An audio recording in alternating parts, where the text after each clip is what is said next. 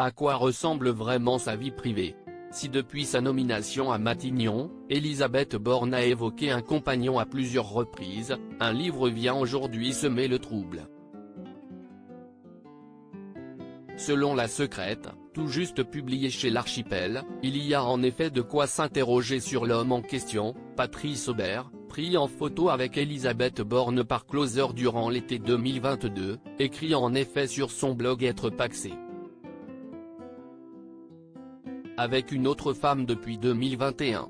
Sont-ils donc vraiment ensemble? C'est la grande question, nous répond Bérengère Bonte, qui révèle l'identité de cet homme dans son livre. Matignon m'a confirmé qu'il s'agissait de son compagnon. A minima, il s'agit de son ex, explique la journaliste, dont l'ouvrage raconte la rencontre entre Elisabeth Borne et Patrice Aubert. Les deux se sont connus à la mairie de Paris il y a une douzaine d'années. Divorcée du père de son fils Nathan, elle est directrice générale de l'urbanisme, tandis qu'il est directeur des moyens généraux.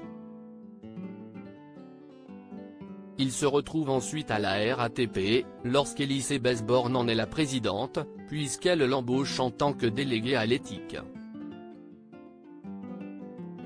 Les idées politiques de l'homme, que Closer avait appelé JC, font aussi parler. Catholique de gauche, il a présidé l'association Les Poissons Roses, opposée au mariage pour tous.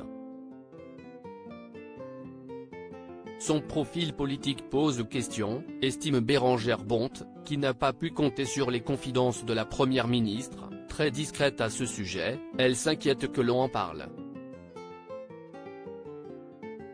Dans son enquête, elle a également découvert que Patrice Aubert multiplie les commentaires affectueux sur Facebook envers la femme avec laquelle il est pacsé. Supérieur à découvrir notre diaporama sur Elisabeth Borne et les ministres. Alors débutent Elisabeth Borne et les rumeurs d'homosexualité. Elisabeth Borne cacherait-elle quelque chose? Dans La Secrète, la journaliste revient sur les rumeurs d'homosexualité autour de la première ministre. J'ai intitulé ce chapitre La couverture, donc oui, je pose la question. J'apporte des éléments qui montrent que l'on a raison de s'interroger, nous confie celle qui juge le sujet politique. Reste que depuis son arrivée rue de Varennes, Elisabeth Borne a fermement démenti ces bruits. Si c'est le cas, je ne vois pas pourquoi je ne l'aurais pas dit, avait-elle lâché dans Têtu.